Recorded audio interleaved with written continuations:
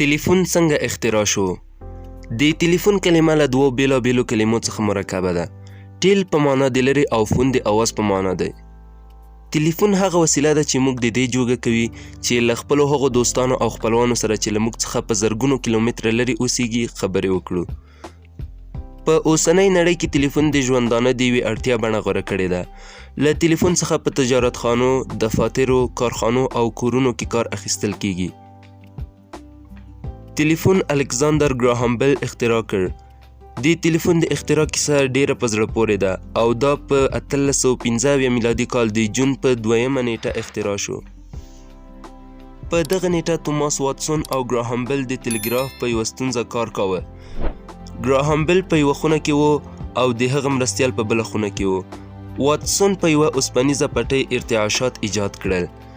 بیل دغه ارتعاشات په خپله کوټه کې د الکتریکي جریان په بڼه وموندل او هک پک حیران شو. سمدستي بلې کوټې ته ورغی او ویې لیدل چې د اوسپنې په پټۍ پیدا شوي ارتعاشات د مقناطیس د قطبونو ترمنځ له هغې سره په وصل شوي سیم کې الکتریکي جریان ایجاد کړی دی. همدغه مشاهدات و چې د ټلیفون د تولید او اختراع سبب شول. په 1806 میلادي کال کې مارس ټلیفوني خبرې نندارې ته وړاندې کړې. ټلیفون دوه برخې لري، د خولې برخه او د غوږ برخه. د ټلیفون د خولې برخه د لیږد او د غوږ برخه یې د آخذې عمل ترسره کوي. دغه دواړه برخې په یوه محفظه یعنې ساتونکي کې بندي شوي او د یو سیم په وسیله یو له بل سره وصل دي. کله چې موږ د خولې په برخه کې خبرې کوو نو په دیافراګمسي کې چې له همدغې برخې سره وصل دی ارتعاشات پیدا کوي. د همدغو ارتعاشاتو څخه جریان پیدا کیږي.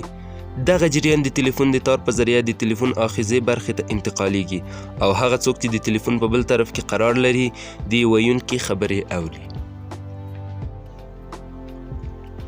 ډیره زیاته مننه چې د دې ویډیو تر پای پورې مو زموږ ملتیا وکړه. که مو له داسې ډول ویډیوګانو سره مینه وي نو زموږ یوټیوب چینل در سره سبسکرایب کړئ، د زنګ بټنه فعاله کړئ تر څو زموږ له نوې ویډیوګانو څخه خبر شئ.